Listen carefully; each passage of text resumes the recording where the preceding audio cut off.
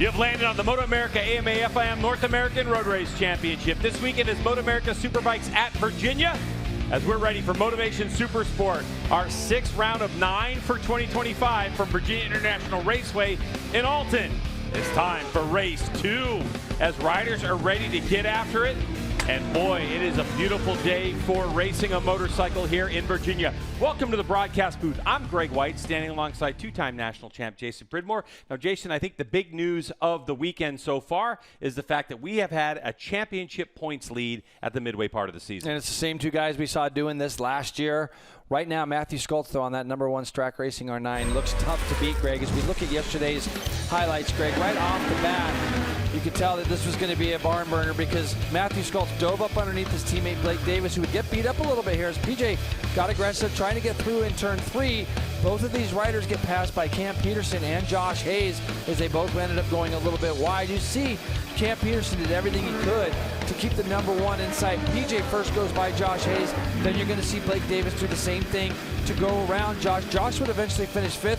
That's a positive race for Josh over the last few rounds. You saw these two going back and forth, but then eventually we're going to see Cam Peterson made a couple mistakes here down in turn 1. Talked to him this morning about this. He's going to try to clean that up today. They got into traffic here, and at this point you see Blake Davis way off in the background. This is the mistake that really cost Cam Peterson. He got in a little bit too deep, had to stand the bike upright. Greg, off the track he went. He would valiantly fight back and fight all the way to get back on the podium, but it was this guy at the front again. Greg takes over the points lead, trying to do the double today here at VIR. So Matthew Skoltz so pumped about that win and his 5th win of the season and takes over that championship, as you said. But what about things that have happened here? So Matthew Skoltz sitting on 217 with 5 wins and 9 podiums. PJ now just 2 points back with 2 wins and 10 podiums. And then Blake Davis, up until yesterday's race, was on the come up, but still 170 with 3 wins. But let's get to the third member of our broadcast team, Jamie Howe, who's down on the grid right now with Matthew Skoltz. Over the course of the last 5 races, Greg, Matthew Skoltz has a 22-point advantage over PJ Jacobsen with now the championship lead. I know the plan for you today, Matthew, is just repeat from yesterday, but with the competition level as tight as it is here in Supersport, how difficult is that? Yeah, I mean, it seems that everyone's picked up with the air pace. Looking at the morning warm-up earlier, we also found some stuff, so I'm just looking forward to trying to get out as soon as I can and just click off laps. Yeah, I took the championship lead, but I think at this stage we're just focusing on myself and doing what I know I can, and hopefully end up on the top of the box. I'm looking forward to it. Control what you can. It's a good strategy. It's Matthew Skoltz looking for another victory today. I'm going back to the 2nd row here on the grid. Cameron Peterson now back-to-back podium finishes, 4 total for the season. You made a couple of mistakes you admitted to yesterday. I know you want to go back and clean those up. What did you watch and what have you learned to help you today? Yeah, those mistakes really hurt me yesterday, but Matty's so good through the first sector, so just trying to make the time up in the wrong place and doing it on the brakes is it's pretty tricky going into one. So yeah, I just got to trust in my ability and not rush things so much, and I think we'll be just fine. But yeah, I know I sound like a broken record. Main thing is getting off this line as good as possible, and then trying to do exactly what I did yesterday, but just with fewer mistakes, and should be good. Had a great start yesterday. Let's see if he can repeat, Greg. Yeah, he certainly can. And the thing that Cameron Peterson talked about, Jason Pridmore, is how tricky turn 1 can be. And anybody who's raced here understands that really, if you look at Virginia International Raceway as a whole, it can be tricky all the way across the board because it's a roller coaster of a fast racetrack. It definitely is. That turn 1 is sharp, Greg, and you're coming from a fast straightaway. If you're drafting guys, it makes it even trickier. By the time you get to turn 7, you're doing the same thing, but you're going uphill across a ridge. Very tricky. 9B's a little bit off camber. If you get it a little bit wrong, you're going to run over curbing in 9C.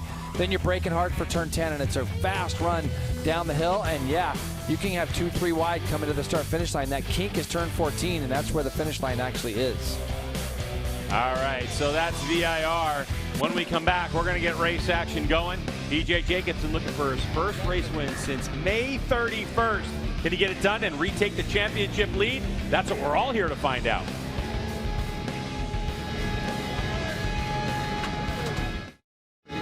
Motovation Supersport is brought to you by Dunlop, the official tire of the MotoAmerica Championship Series.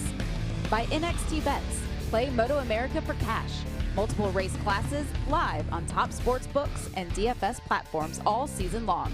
and by Motovation, the most trusted online resource for premium motorcycle parts and accessories delivered right to your door. Find your motivation at motivationusa.com. Rog, we just heard Matthew Skoltz talking about turn 1 as being one of those key areas on the racetrack. We saw yesterday that opening lap was really the difference for PJ Jacobsen being able to challenge for the race win, or just having to try and catch up that ground that he lost to Matthew Skoltz. Lap 1, turn 3, that's where it all really gave him an uphill task. Yeah, and the pace that Matt has shown this weekend, you can't let him get out there. You need to be able to strike on Matt early on those first couple laps, and PJ lost a couple spots in turn 3, and what he was trying to do was get behind Matt. He was trying to force his hand. He knew what Matt was going to do, and he was trying to avoid that from happening, and unfortunately lost a lot of time there early on. He's behind in the points battle now as well, and that's important for Jacobsen to know this weekend that he needs to give himself that chance to bounce back. We saw that stat that he hasn't won since May, and that dread goes on and on. And with Mid-Ohio in a couple of weeks' time, he needs to make sure that he is back to winning races. Yeah, and the thing is, even though he's lost the points lead, but he's kept himself in it most importantly. Now he needs to, start gaining some of those points back. But PJ's just such a talented rider, and he hasn't won in the last couple races, but we've seen him go on some runs before as well. Yeah, and obviously we've seen him on that podium run through the course of most of this season as well, and you'd certainly expect that he's going to be in the thick of it over the course of this 18 laps once again. Just for Blake Davis in the middle of that front row as well. Yesterday, probably a little bit disappointing for him to finish up in 4th spot, losing out that battle with Cam Peterson. Yeah, just been a couple tenths off this weekend, and a home race with him, a lot of friends and family. He wants to get out there and fight the win. And when we interviewed him on the grid, it sounds like he's got a good plan. He knows what he needs to do. Yeah, he seems ready to go for this one in the Motovation Supersport class. And we'll have an 18-lap race here for the Supersport class, with Greg White and Jason Pridmore calling the action throughout the course of this one.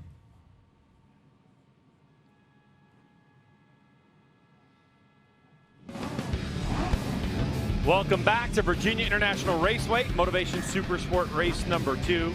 The grid is set, and they're getting ready to head off on their warm-up lap, as we expect 18 laps in this race. And by the way, folks, play MotoAmerica for cash. Superbike baggers and Supersport series are now live on top sportbooks and DFS platforms. Scan the flow code right there, or visit nxtbets.com/playma to see what's available in your location. Sign up, claim exclusive bonuses, and make your picks now. All right, Jason Pridmore. All the work's been done at this point. Yeah. What's going through your mind on these warm-up laps? Well, you're just going to try to get a good, clean warm-up lap. Put some extra heat in the tires. Just get rid of any little extra race nerves that you might have. And this is when you start to kind of get into your bubble and focus and think about what you got to get done. And, I think for the majority of these guys, they know who's got the pace right now. Matthew just has a little bit more than everyone else. And if he gets out front early and gets away, it makes it really, really hard work. Talking to a lot of the riders and the teams this morning, Greg, a lot of people made adjustments from yesterday's race, and I will go on record as saying that 100% of the people I spoke to said that they didn't find anything to make anything really a lot better. So right? Even though Matthew said the pace was better, when you and I got here this morning, we both said the same thing. It could not have been any more perfect conditions, and if today was a qualifying day, I think the pace would have been a lot faster, but for changes, they really didn't seem to make too big of a difference. Starting grid for Motovation Supersport race 2 has Skoltz, Blake Davis, and PJ Jacobsen on the front row. We're going to have Cam Peterson, Ty Scott, and Josh Hayes there on the second row. Corey Alexander, Kayla Yakov, and Jake Lewis. I think, Jake, you might know something about that, Greg. I don't think he's here. Lamandry, Max Van, and Torrin Collins. Sneed, De Silva, Enriquez, Black, Nassani, and Williams are going to be outside of row 6 there. Magos, De Leon, Monk, Chopkoff, Horney, and Zaragoza. And the last row, Greg, we're going to have Joel Ullman and Jeff Bean. So do you know something a little bit about Jake? Yeah, Jake Lewis update is, even though he finished top 10 for Jake Lewis on the Altus Motorsports Yamaha R9, as we look at his teammate Nassani in the pits, for Jake Lewis, the rib pain, the part of the injury he sustained at WeatherTech Raceway Laguna Seca a few weeks ago, he's out of this race, so we hope that Jake Lewis able to get healthier the next couple of weeks, and we see him at Mid-Ohio back in full And action. He's got a championship to get healthy for in our hooligans class, I believe. So, he does. He gave it a valiant effort here, and for Jake, we're just hoping you continue to get better And hopefully in the next few weeks, you'll be close to 100%. 18 laps scheduled for race number 2, Motovation Supersport. Our final Supersport race at Virginia International Raceway this weekend on what has been a spectacular race weekend. You're going to see those lights go red. You're going to hear these revs go pop. Here we go. Away racing we go. The front row look like they got a good launch. But number 1 gets a good shot, but there goes the 22 up the inside, Blake Davis. Track racing Yamahas, and this is what Davis wants. He wants to try to lead and then hold it tight through turn 2. And look at one of the XBL bikes, that PJ Jacobson going right up the inside to the lead. Yep. So the 15 goes right to the top spot, and he wants to disrupt any ideas that any of these top 3 Yamahas have. Cam Peterson makes a big move to slot himself in there as well. As you see Josh Hayes in 4th. Basically, the 2 Strack riders went into turn 1 so tight that their momentum pushed them a little wide. PJ took full advantage of that on the 15, and look at him trying to streak away early. Ray Hall Ducati Moto with an XPEL rider on the Panigale V2 is not messing around. All the experience that PJ has had on the world scene has taught him how to be good on fresh tires right from the get-go, setting the pace, forcing these other riders possibly out of their comfort zone on this first lap. And you can tell from the body English of PJ Jacobson, he is not messing around today. A big thing for me with PJ is going to be seeing how early this bike slide. And you see Cam P, he wanted to take a shot. He did take a shot. He's going to get that 4th place position. But another small, tiny mistake for the 45 in a slow corner. Cam will get his head down and try to draw these 3 back in front of him. As you see the field flow through that last corner, Greg. PJ Jacobson now in a tuck down the front straight. Matthew Scults in the draft of Blake Davis. PJ setting a rapid pace, Jamie. And it's one of the things that I talked to him about before this race started, that they made a lot of changes to that bike. He said yesterday it was just too violent. He wasn't able to let it flow. He wasn't able to let it just come to him after having a bit of a moment early on with Blake Davis. He said they've cleaned all of that up. Morning warm-up felt great, and his goal today was just put his head down, get out to the front early. He's already checked off those 2 boxes, and hopefully those setup changes they've made is going to allow him to stay there. Well, Jay, I know that he just went 2.3 seconds slower from a dead stop than his qualifying time. Yeah. And that was about half a second quicker than anybody else in the field. So PJ Jacobson not messing around. However, he's got 2 experienced riders with Blake Davis and Matthew Scults behind him, as well as Peterson and Hayes. They're not going to hit the panic button anytime soon. They're going to see where PJ's strong and start to eke towards him. 2 things. I love seeing Matthew. Matthew gets through, immediately starts to close that gap down. But how about Cam Peterson?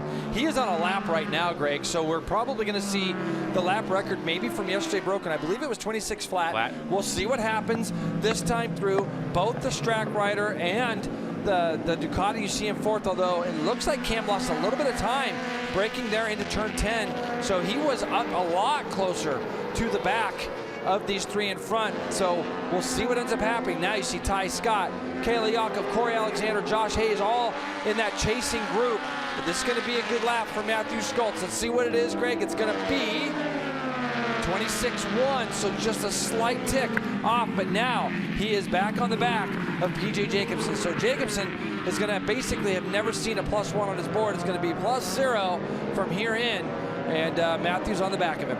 And Matthew has said, even in post-race interview yesterday, that he really wants to lead, because if he gets out front with nothing in front of him, he can set any pace he wants. It's the situation now where he's got to try to figure it out. Where is he and his Yamaha R9 able to pass PJ Jacobson? He's got the speed to close down on him. Now the question is, does he have the bike to be able to make the pass where he wants to make it? Cameron Peterson back there on the 45 of the Celtic Economy Loop, plus Tire Warhorse HSBK Racing Ducati, all out of shape on the gas. I can see the rear end of the motorcycle moving around, and that's caused a little bit more of a gap for him. And what a great job Blake Davis is doing yesterday. At this stage in the race, he'd already dropped back. We didn't see the 22 at all. This is what I love about this young man. He's made some adjustments, obviously, overnight with his team for him to be able to put himself right there in the shop window behind the first 2 riders. So they're going to come across the line this next time by. Let's see if Matthew can get in the draft here. And Blake Davis just goes sector 2, fastest split of the race so far, Jamie.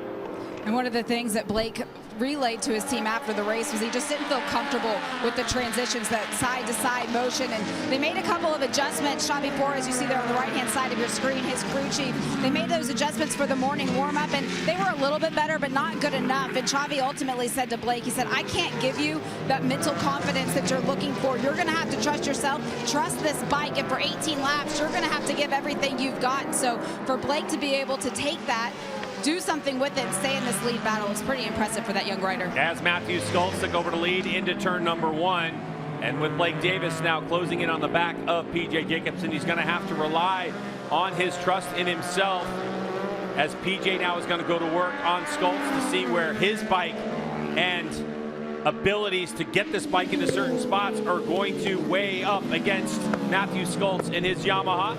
You can tell Blake had an idea of maybe trying to go up underneath PJ, but PJ was also guarding that spot, thinking that maybe he could do something with Matthew. So you saw Blake have to change his line under braking to move just to the outside of PJ.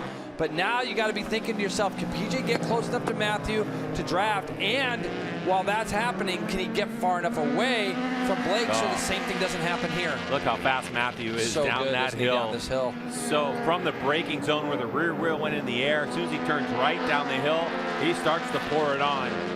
Now for Matthew Schultz, he went sector 2, fastest split of the race, and now we expect that lap time to come across and give us something special, and he goes 26.5. He's done it 26.1. You can see Blake Davis gets around PJ Jacobsen. So now we have a pair of Strack Racing Yamahas 1-2 and that Ray Hall Ducati Moto with Expel Machine in 3rd place.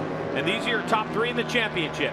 Yeah, now PJ's just got to go to work and see if Blake tries to take any shots at Matthew. And for PJ right now, there's going to have to be some strategy played out. He can sit and watch. We got a lot of laps left in this race. It gives him an opportunity, as Enriquez has gone down, Greg. It's probably down in the turn 1 area.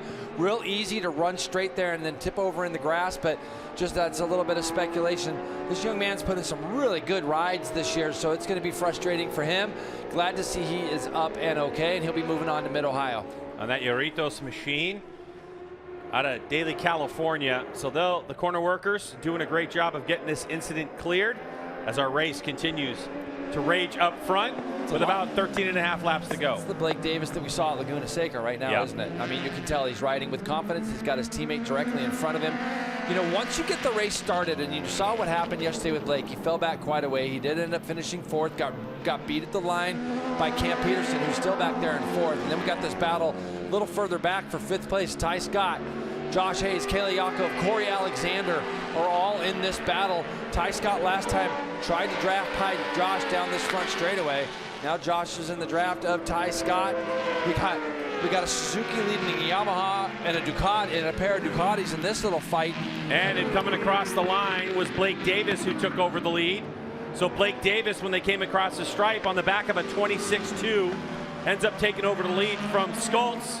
So now Blake Davis has his shot up front. Schultz going right up the inside. As he said, he wants to lead this race. And now PJ looking for some real estate as well. I think PJ likes this. You know, right now for PJ, let these two guys slug it out a little bit. I mean, the thing is there's a lot of laps left. Nobody's been able to break away or get away from anybody. So Matthew Schultz up the hill he goes. And Blake Davis was able to get around him by the start-finish line last time by. All the while, Cameron Peterson is trying to close this gap, but he's about, in terms of lap times, about the same. Yeah, but with those guys doing what they did, that's what he needs. That's going to be the closure. And you see here, Greg, a 40.1 in the first split is 0.6 quicker than the 3 in front of him. So Cam Peterson is hoping that these guys continue to engage in this battle so that he can have some. But look at Matthew again down that hill, just gets away from the 2 riders directly behind him. So Schultz onto the front straightaway we go. It's that final part of the final corner where Blake Davis is able to make up a bike length or 2. He's got a good run on him, but Schultz will be credited on lap number 6 with this lap led down into turn 1, and so good on the brakes is Matthew Schultz. And we heard from Cameron Peterson just how tricky that turn 1 corner is, but fastest rider on the racetrack that last lap was the 45 of Cameron Peterson. He goes 126.3 to a 126.6 by Schultz and 126.9 by Davis and Jacobsen. So Cameron Peterson on that last lap has gotten another couple tenths after it. Now he's going to try to close the gap even further, make this a 3-horse race to a 4-horse race. Yeah, and he is right there. But you know, when the number one's out front, the pace is going to pick up because Matthew gets better as the race goes. And you know, Greg, we've seen it so many times this year where he is able to run his fastest lap of the race, even with 4 or 5 laps to go, even if he's got a big lead on everybody. He can have a 3 or 4 second lead. All of a sudden, our sectors will start showing different colors where Matthew still has a good motorcycle underneath him. Little sideways, Scholz down the hill on the throttle, sends his R9, leaves a lot of Dunlop rubber on the racetrack, but didn't lose any time. You can see some of the bikes coming down the hill, hearing them on the rev limiter.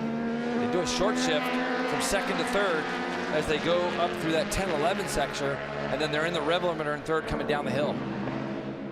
Blake Davis is now, they fan out slightly, and it's going to be 126.4, 126.5. PJ Jacobsen, a 126.5, his fastest lap of the race. 26.5 also matched by Cameron Peterson, but he's still 0.8 of a second behind the 15 of PJ Jacobsen. So Strack Racing Yamaha R9s lead the way, those blue bikes. Then the Ray Hall Ducati Moto with Expel Panigale V2, that's PJ Jacobsen in the yellow bike. And then another Panigale V2, Cameron Peterson on the 45 on the Celtic, Economy Lube and Tire, Warhorse HSBK Ducati. And then back there you have Ty Scott leading Josh Hayes, Kayla Yakov, Corey Alexander, Melandre, and Collins, your top 10. Do you see what happens when Matthew gets to the front? It starts to spread things out a little bit. And you know, what we really needed for Cam was like maybe 1 or 2 more laps of these guys as Cam gets sideways on the exit of turn 7 there to really make this a 4-horse race. But when Matthew gets into his groove and he gets into his rhythm a little bit, he can start to separate this group a little bit. 26.4 to your point, Greg, last time by. We'll continue to see that these lap times kind of hang out in the 26s. The problem is it puts so much pressure on the guys behind you to be perfect. And if you're not perfect in some of the braking zones here, it's very easy to make mistakes. All the while for PJ Jacobsen, he's watching Matthew Scholz eke away from him. And PJ, a sector here, a sector there, where he's gone personal best, but he's not able to put it all together to get close enough to Blake Davis to throw a shot at him. Although PJ Jacobsen once again goes fastest lap of the race for himself, a 126.436, but Scholz able to go another 1/10 of a second quicker, and that's this gap that you slowly see forming. So once again, PJ Jacobsen fast, the second fastest rider on the track at the moment as Scholz went faster, but it looks like Blake Davis now starting to have some issues when he squeezes on the throttle. The rear tire is starting to spin up for the 22. Seen a couple small things out of Blake, and I mean small, like last time in turn 10, I wouldn't even consider it much of a mistake. It was just he was a tinge wide, and Matthews a little bit tighter, so less racetrack gives him a 10th here, 10th there, and that's what you start to see. And then you got to be very disciplined that you don't start getting too much you know, ham-fisted with the throttle. But like you pointed out to me right now, Greg, 40.1 first split. This is what we see from him, isn't it? Fastest first split of the race for the number 1 right now.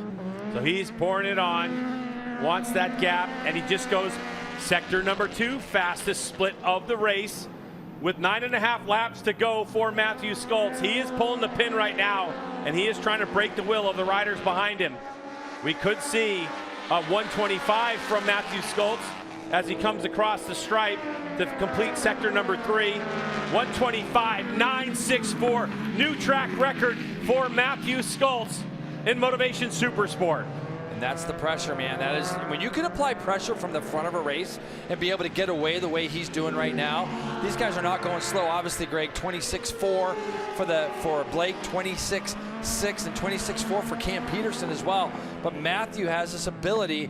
He doesn't need any carrots in front of him. He can just do these times on his own. Yeah, that's pretty amazing. And if you look at the resume, Matthew Scholz, obviously a superbike rider for many years, on a Yamaha, race winner many times over. Stock 1000 before. Cameron Peterson on that Celtic Economy Lube and Tire Warhorse HSBK Ducati down. It's turn 4, I believe, Greg, and it's, again, you get in there. If you make a small mistake, get on that grass, whatever it is. And Cam P's made a small mistake there in turn 4. Hate to see this. Trying to get that bike re-fired up and going. Try to get some laps in. So for his friend and countryman Scholz, he won't know Cam P's out until he passes that area, and he is all eyes forward. And And there's Peterson. He'll get back out on the road course. We'll see if he's going to continue racing or pull it back into the pits. But here comes Schultz onto the straightaway. On the back of that new track record, what's he going to back it up with, Jay? He went sector 1 fastest time, so he goes just a tenth or so slower at a 1:26.1. And if you're the riders behind him, I mean, what can you do when the rider out front is literally living at a track record pace and you're doing everything you can? It's an incredible performance by the number 1. And the worst part is he looks comfortable doing it. There's nothing that you can take here from the number 1 and think that any of it looks ragged. He just looks solid as they come, and he does the same thing lap after lap. It's just rinse and repeat, and he just looks super, super good on this R9, and he's really gelled with it from the start, hasn't he? I mean, we've seen him just be able to get on this bike. I think the bike's a little bit bigger, so it fits his frame a little bit nicer, and he's just been able to do what he wants on this thing. Yeah, comfortable motorcycle for Schultz and the R9. As both these riders, though, you know, because this is the first year of this motorcycle, Yamaha's done an outstanding job of bringing a new motorcycle to market and creating a race bike out of it with the rules package. Now the number 19, Kayla Yakov, gets around Josh Hayes. When they came by the stripe, Hayes was in 4th place. Now he's shuffled back to 5th place. This has been a great battle to watch. I've been watching this group go out just outside my window, watch the leaders go through, and I'm always interested to see who's going to be leading this, but Kayla looked like she may have got by Josh on the run down to turn 1. I've seen Ty Scott lead this group across the line a bunch, and this is going to be that pass that you're going to see. Kayla Yakov there does a really good job running 5th at the moment. Also good to see Corey Alexander. He's had a really strange and tough season. Has the 23 of Corey. So to see Corey in this battle as well, trying to get in that top 5, it's good to see. So Yakov on that Rahal Ducati motor with Expel machine down the front straightaway. It doesn't look like anybody's going to have some draft and pass for her. Josh Hayes will hold on to that 5th place position on the BPR Racing Yamaha, although Hayes trying to go up the inside on Yakov. He's got some drive, a little bit of wheel spin. He's got position, or does Kayla. So Hayes, yeah, he sweeps around the outside. And then the Vision Wheel M4X Star Suzuki of Ty Scott watching this unfold. And then you have the 23 sitting right there of Alexander on the Rahal Ducati moto with roller die informing. So good little battle that they have going on back here in 4th spot. Look at all the different people Josh Hayes has raced over the years. Incredible. It's generations incredible. of people. Generations of people. And you look at like Kayla and things right now, she's getting a chance to race with a guy who's won 4 Superbike championships and dominated our series for so many years. He's ridden in so many different classes, obviously tied for the most wins with Cam Beaubier. I mean, it's an experience for her and Ty Scott. I know Corey's raced with Josh a few times, but you know, it's great to see Josh have a little bit more pace this weekend as well. So Ty Scott able to get around Yakov, and he'll latch onto the tail section of Josh Hayes.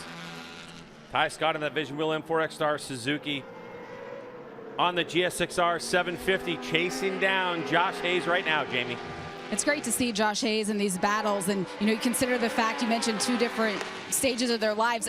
Josh Hayes won his first 2 races here at VIR the same year that Kayla Yakov was born, so they're at very different stages of their careers as well. And Sundays are really where Josh has been struggling so far this season. They're long race weekends, and he said out on the grid, he said, yes, they've been a struggle. Yes, I'm tired. Yes, I want to go home. But he said, I don't know how many more of these I'm going to get to do, and I might as well enjoy every single one of them. And you can see in his body language out there on the racetrack, he certainly is enjoying this one. And especially with the young talent that he has in Ty Scott, Kayla Yakov, and of course Corey Alexander as well. These are things he can talk about and experiences that he has. You'll be able to talk about, yeah, when Kayla was 17, when I was racing her up, you know? Yeah. And she'll be in her 20s, and Josh will be on the porch in his rocking chair. Yeah, you can see Ty Scott here. He's trying to get away from this group now. And 27.5 best lap time here for the Suzuki rider on the number 70, Ty Scott.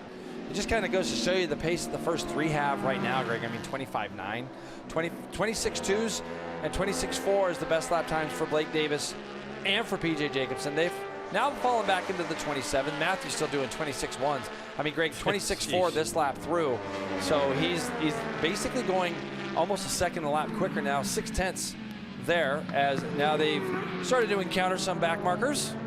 So a little bit of lap traffic, the 16 of Jeff Bean out of Conroe, Texas. But the 22 of Blake Davis, I think that helped PJ a little bit in that section because PJ had really gotten to within a 1/10 of a second behind Blake Davis. So we'll see what PJ has in mind, because sometimes you get into these race situations and when you know you can't get away from the rider in front of you, perhaps the best course of action is to hang tight and formulate a plan and then get after it. The issue is, Jay, is as we get through lap traffic, do you feel that the rider leading you into lap traffic has the advantage? Because most of the time it may be like that, sometimes it's not. It can be, but I'd always rather be the person that's leading into traffic because I can kind of dictate what I want to do, how I want to do it.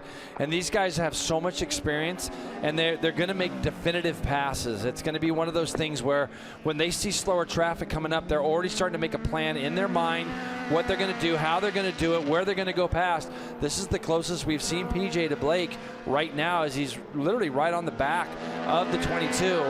So he's definitely getting closer, and it makes me think that maybe he wants to be the guy leading when they do get to those back markers. He's going to have a good run here, Greg, as he goes to the outside of Blake Davis coming across start-finish line. Let's see if the 15 can get this pass done before they get down here. Now for Blake Davis, he has position on the inside, and that's what you really saw, was two riders breaking the same, but Blake Davis had position. But I do have to say, looking at PJ's bike, you know, Jamie talked about at the top of the show about PJ and the Ray Hall Ducati Moto XPEL team wanting to get this motorcycle less violent. And at this late stage, as PJ now makes a bid for second place, nice pass under braking, but his bike looks so much better than it did yesterday. It really does. Especially with this many laps to go. Yeah, I talked to Richie Alexander, Ben Smees, the main principals down there, the Ray Hall Ducati team. They gave all three of their riders something to try differently this morning. They didn't really say that they found anything that was going to be earth-shattering for them. So PJ, you know, I didn't even ask if they went back to the setup from the day before or if they left it or whatever it was. So for PJ right now, this is a good sign. He gets through on Blake, immediately starts to open up 2-3 of a gap, and you can see PJ classic style there from him as he gets the rear end spinning the bike up to get direction on the bike. And Blake closed up a little bit on him down in turn 10. So, but right now this gap's big enough to where Blake, I don't think, would be able to draft up or past him as they come onto this front straightaway. As Matthew Skultz finds himself on the front straightaway yet again. It'll be 3 laps to go from this point forward for the #1 plate, who is now with a 5-second gap over PJ Jacobsen and Blake Davis, as Davis once again with position up the inside. Is he able to get it slowed down? The door's not going to open up for PJ, or is it? Yeah, so Blake Davis was in there just a little hot. Door opened up, and PJ just went on through. Yeah, that was a good run for Blake off that last corner to prove me wrong that he wasn't going to be able to draft. He was able to do that and then duck down the inside of PJ. PJ has a little bit more track to open up the gap. Remember, it was in this corner last time that he made the pass. So let's see if he can get a clean run through all these turns and try to get that up to, if he can get it up to 3 or 4 tenths before the front straightaway, that's going to be good. But Blake Davis is going to be digging in here to try to catch back up and stay on the back of the 15. And you can see how hard Blake is braking down here into turn 7. He stays right with PJ. He's not going to let him get away, is he, Greg? No, he's not. PJ, too, a little sideways for a couple laps in a row as he comes over the crest of that hill. But the dress rehearsal for the final lap had PJ able to hold off Blake Davis by start-finish line by 71 hundredths of a second. So now Davis has got an idea of how the distance he needs to be to get by PJ Jacobsen if he can draft and pass. Down the hill they go. Now there is Blake Davis's pit board. That is the way that communication is done to the riders. If you're new to motorcycle road racing, there are no rear view mirrors. There's no on-bike communication with the team and the rider. It's just that information as Blake Davis goes by PJ Jacobsen, and that time Blake Davis will be credited with lap lead, but he gives up position up the inside on PJ. Ooh, and PJ, just like he lost the front for a second. He did a great job. He really wanted to get that bike slowed down to stop. He had track position, Greg, so at that point he wasn't so concerned about really outbraking Blake. He just wanted to make sure he got down to the apex of that corner to hold the 22 up. But to your point, that would have been Blake Davis' second place if that was the last lap. They are now some 5.4 seconds behind these guys. So Matthew Skultz out front has settled into a mid-26 pace after breaking the track record on lap number 9 of 18. So at halfway point, Skultz went a 125.964 to break the will of the riders behind him, now managing a nice 5-second lead. That was quite the darkie that PJ just left out of turn 7. A lot of Dunlop rubber. The thing is it falls off camber there, and PJ gets out there sometimes just a little bit wide. Look at him there, got the thing sideways again. So the thing is when he comes out of turn 7, if you get just a little wide, then you start to get it on the edge of the tire on the throttle, it's going to spin it down that hill. And again, PJ doing everything he can, just riding the wheels off of his Rahal Ducati right now to try to get away from that 22. But look at Blake's bike is so good through there. Look at turn, you can right see it at the bottom of that hill. It's when when it really shines for the 22. So as we come to the line, final lap. So Matthew Skoltz already crossed the line at a 27.1. White flag out. PJ was able to get by Davis on that lap. And so if that was the last lap, it would be PJ who would finish second, but lap traffic up ahead. The best thing PJ did there, I watched out my window, is right after he went through the kink here, he kept his bike over to the right. He was going to make Blake go down the outside of him, which is what he did. Now he's going to get to this lap traffic maybe before Blake can get past him. You see there in the distance, he was able to get through on some lap traffic. As you saw our leader Matthew Skoltz go through, and look at the small gap that has already started to appear. PJ has to be absolutely clean. That's Cam Peterson just kind of moving out of the way. Matthew Skoltz goes through. Here comes PJ now. So down under the bridge they go, up the hill, the right-hander. This is where PJ's been sending it a little sideways. He does it one more time. Another bunch of Dunlop rubber on the racetrack, but PJ is on it now. He doesn't want to give up position to Blake Davis. He wants that 20 points, and he wants to minimize the damage being done by his championship rival out front, the number 1 of Matthew Skoltz. Now down the hill they go. Blake Davis just needs a little bit more in terms of being closer to the track, but look how good PJ is down the hill. Yeah, but this is where Blake's really good. The change of direction on that R9 for Blake works really well as Matthew gets up and onto the front straightaway. He looks over his shoulder and sees nothing, and the number 1 goes in the air, and to the stripe comes the Track Racing Yamaha R9 rider. Matthew Skoltz will win the race, and it's going to be PJ Jacobson who takes it. Blake Davis riding so hard to try to prevent that. Fastest Sector 3 doesn't get it done in 3rd place. Ty Scott has got himself to the front of this group, this battle for 4th. As Kayla was leading last time through, now Kayla runs the risk of getting drafted by Josh Hayes, but it's going to be Ty Scott with a big move there on the last lap to get himself in 4th. Looks like Kayla might hold off Josh. She does for top 5 Hayes, and then Corey Alexander. So Blake Davis rode as hard as you could in sector number 3. Fastest sector time for him for the race on the last lap. But this guy, what a performance. A brand new track record. Outright track record, by the way, because he went faster than qualifying. A 1:25.964 on lap number 9. And Skoltz going to celebrate with family, friends, and the fans. And he deserves it. It was awfully close at the beginning of that race. And then once Skoltz had a clear traffic in front of him, he started to chip away, chip away, chip away. And then when he had a comfortable gap, he decided to put that lap record lap down. And that was all she wrote for the South African. Living in Georgia. So for Matthew Skoltz, another race victory this season. And he's going to extend his points lead. Jason, hold your hats, from 2 points to a whopping 7. Hey. PJ Jacobson's not going to give up. We had some good battles last year at Mid-Ohio. Expect to see that again in another 3 weeks' time. Can hardly wait to go back there and see what that place is going to hold for us. But right now, this guy's a steam train, and he's just rolling down the tracks, Greg, and rolling people over. Good race strategy from Skoltz. We'll talk to him when we come back to VIR after this.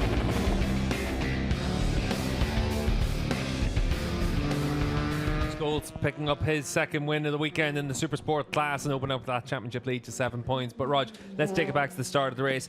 PJ Jacobson, that first lap and the last lap from Jacobson, really impressive to initially take the lead and then on that final lap just to be able to hold on to that 2nd spot and open up a little bit of a gap over Blake Davis by the end. Yeah, he was just able to fight, and both those guys did what they said they needed to do. PJ and Blake both, the first couple laps, was taking their shots on Matt and not letting him get in his rhythm, and Matt did a really good job early in this race also to be patient. He let those attacks come. Once they made their moves, he got himself back up in the lead, and then he put his head down, was able to pull a little bit of a gap, and from there, they wasn't able to attack back. He got in his rhythm, and man, what a blistering race pace. We've seen it all weekend. He's been able to be in those mid to low 26s and 25.9 in this race. Yeah, what we saw from Schultz again, just that middle third of the race, able to drop the hammer and keep it there consistently, and that's what ultimately gave him this race victory. 3 seconds at the flag, just under 5 seconds yesterday. It's a dominant weekend for Schultz. Yeah, and really, I mean, 5 seconds there last lap, he slowed down, and just the way he's able to pull away, just great weekend, and he's riding really well, and he's going to carry this momentum from this weekend over to Mid-Ohio. But, you know, P.J. Jacobson's not going to go away. He's lost the points lead, but him and that team's going to get together, and they're going to come out at Mid-Ohio fighting. Yeah, Mid-Ohio in a couple of weeks' time. Coda and then New Jersey to finish off the season. And for Jacobson and for his team, they'll know that the next round is critical to try and pick up some of those points once again. And you can see here for Matthew Schultz just coming back down into the podium area as well and able to celebrate that second race victory of the weekend, and a 7-point championship advantage now for our reigning champion here in the Motovation Supersport class. Welcome back. Celebrations for Matthew Schultz and his team. What a race. Masterful racecraft. It didn't get handed to him by any stretch of the imagination, but when you throw down lap after lap, track record pace, it's hard for the rest of your competitors to chase after you. So eventually that ended up being a 3.3 second margin of victory after Schultz enjoyed his final lap, and Blake Davis there just a 1/10 of a second behind. And then this crazy battle between Scott Yakov, Hayes, Alexander. And then there was another awesome battle between Collins, Lemandry Jr., and Aiden Sneed and Max Van as well. And that's the way that battle ended up, as Torin Collins ends up getting the nod over Lemandry Jr. and Aiden Sneed, who came from a ways back to put himself right in the middle of that battle. So great racing all across the racetrack here. Let's get right down to Jamie, who has our winner. Matthew Schultz, we heard him say it yesterday after collecting the 5th win of the season. He has lots of friends, lots of family here at Virginia International Raceway, taking the long way around to get over here to celebrate. We saw you taking the congratulations from them. You rode out alone. You knew what you needed to do today to be able to collect another victory, extend the points lead now with 6 race days remaining. What does this do for your confidence going into a week and a half off? Yeah, I knew after the morning's warm-up that I had a little bit of pace. I was actually surprised that the guys, were there for that long. I think I did a 25.9, then some really low 26s, and once I kind of broke them, I saw that it just kept on kind of growing at a pretty rapid pace. I guess the Blake and PJ were out there battling, which I think definitely helped me. But overall, thank you to the track racing team. They gave me a beautiful motorcycle.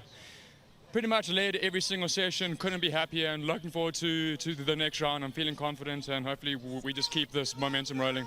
Congratulations. And for like Matthew Schultz, we go to a racetrack that's similar in characteristic to Mid-Ohio next time by. A lot of ups and downs, very flowy, and so it definitely suits his style. Not sure, how much experience he has on that bike there, but let's get right back down to Jamie, who has P.J. Jacobson, who had to race hard for his second place finish. He certainly had to earn this 11th podium position of the season. And PJ, for you looking forward, you rode there with Matthew Schultz, you battled with Blake Davis. What can you do in the next couple of weeks to get ready for this fight to the end? Yeah, we just got to keep fighting, and just be there every race. It's hard to have a perfect season. A lot of people do, but it's definitely hard. So we just got to keep on fighting and stuff. And just want to thank my whole team, Rahal Ducati Moto, our sponsor XBell, Roll or Die. Everybody that's been a part of the whole program does a great job, and they always are trying harder and harder, to get closer to these other guys, when we're losing. So. Yeah, we're not down and we're not out, so we just got to keep on fighting, and I believe in these guys as a team, and I think they've done a great job, and it's a great team environment over there, that's for sure. We have a lot of fun, and there's a lot of confidence that we always want to try to win, so just want to thank the whole team, and we'll move on to Mid-Ohio, and looking forward to the next race already. It's a great result, and there's a lot of points left on the table. Greg? Yeah, perfect attitude, too. You got to put your nose at the grindstone. And you got to, 2/3 of the season's over after this. So we still have a lot of racing, a lot of laps left to go in this championship. And really, you look at the 7 points, there's not a lot between them. Let's get right back down to Jamie with Blake.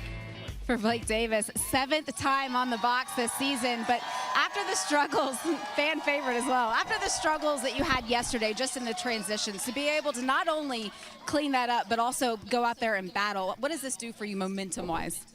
Yesterday was a tough race for me. I got punted back early on and just made a lot of work for myself. But yeah, today the bike felt a lot better and I felt a lot more comfortable. So just happy to be back up on the podium at my home race. You know, everybody came out here to support me, all my friends and family, so thank them all. But yeah, I mean, battling with PJ that race was a blast. Wish I could have gotten ahead of him. And yeah, just want to thank Strack, Yamaha, KYT, Dionysi, Jeff from Yamaha, just really everybody that's helped me out, Peter, Jess, Akropovic, just everyone that's here for me. From a mini bike on the go-kart track to the podium on Supersport. Pretty cool, Greg. Yeah, really awesome. And, you know, from Lynchburg on the last sector, he tried so hard. Only an hour and a half up the road is Blake Davis's home. And, well, he brought a lot of people here. So did Matthew Skulls, who calls the southeastern part of the United States his home. And Skulls able to get another win this season and extend his championship points lead. Our coverage will continue after this.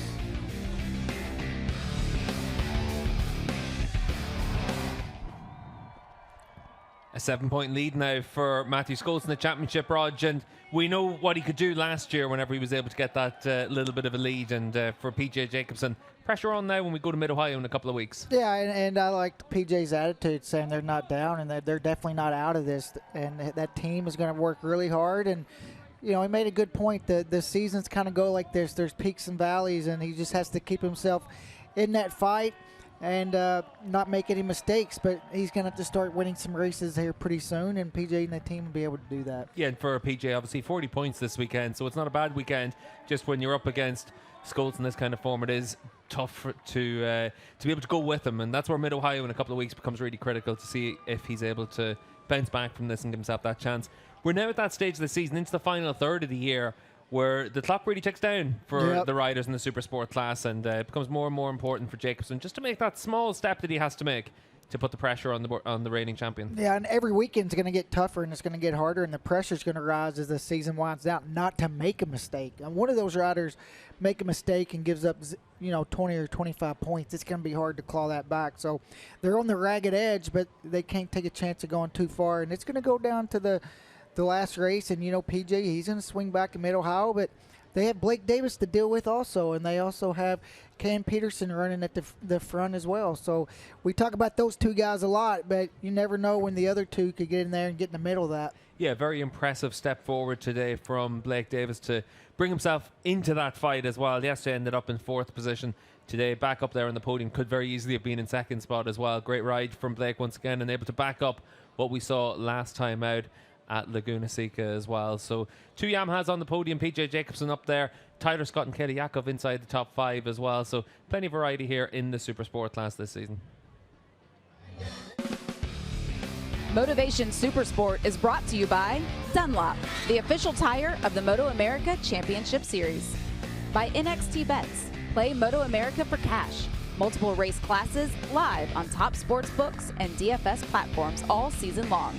And by Motovation, the most trusted online resource for premium motorcycle parts and accessories delivered right to your door. Find your motivation at motivationusa.com. Race 2 highlights from Virginia International Racing, Motovation Supersport. Here we go as they go down into turn 1. Blake Davis would lead the way, but look at that yellow bike sneaking up the inside of both of them. PJ Jacobson, he got up underneath both track bikes. Looked like he was trying to get away. Blake Davis 2nd. See Matthew Skulls there 3rd. PJ trying to just pull away as they came down the hill, but Matthew would make quick work of his teammate after 1 lap, go by him. Lap later, or 2 laps later, he'd go through on PJ Jacobson. Now the chase was going to be on. This is when we saw the lap time start getting really quick. The most impressive part, Matthew Skulls goes 25.9, pushing his own win. The battle between the two behind him would go all the way to the end. As you see PJ and Blake Davis, they did this a few times during the race, swapping it back and forth. Matthew, though, was out front by himself, Greg, and he would eventually go on and win this race by 3.3 seconds. Over the 2 behind him. You can look back as much as you want, Matthew. They're not back there just yet. The fight for 2nd, though, was a good one, and PJ Jacobson is able to hold off Blake Davis by a 1/10 of a second. And that could prove pivotal in the championship, as we only have 6 races remaining in the 2025 season. But that's not Matthew's concern right now. It's all about celebrating on the podium. We'll have more when we come back.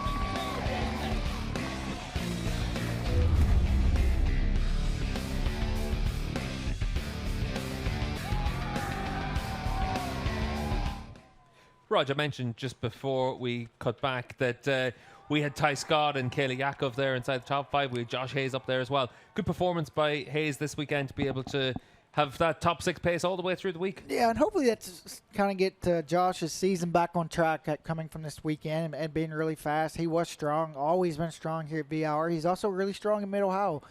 So this weekend could kind of get him going in the right direction. Yeah, and obviously for Yakov as well, just talk quickly about her performance here, because running up inside the top 5, put the pressure on all the way through that race as well. And another weekend where she's consolidated that spot in that second group. Yeah, and that's where she needs to be, and it's just really impressive. She was able to work her way in front of that pack early in the race, and then they kind of fought their way back. But Kayla's did a great job all year, really just being in that 5th, 6th battle and racing with some really good guys. And just think about how much she learned today, going out there toe-to-toe with a guy like Josh. And obviously we talk a lot about that front battle for the championship going into the final 3 rounds of the year. For a rider like Yakov as well, you're trying to put yourself in a position to pick up some of the pieces as well and maybe challenge for a podium in these final 3 rounds. Yeah, and also move up in the points. So there's prizes all the way down the list that people are going to be fighting to try to get as this season winds down. We're going to talk about the championship a lot, but there's a lot of other battles throughout the field. Yeah, still another couple of races to come here at VIR as well. Superbikes next out on track, and then the SC Project Twins Cup. But the Supersport weekend drawn to a close, and Matthew Skoltz able to dominate the proceedings here with 2 race victories this weekend on his Yamaha R9. We were able to see him win by 5 seconds yesterday, 3 seconds today, and that's allowed him to open up that 7-point advantage in the Motovation Supersport Championship standings. We'll go back to Greg White and Jason Pridmore to bring the Supersport action to a close.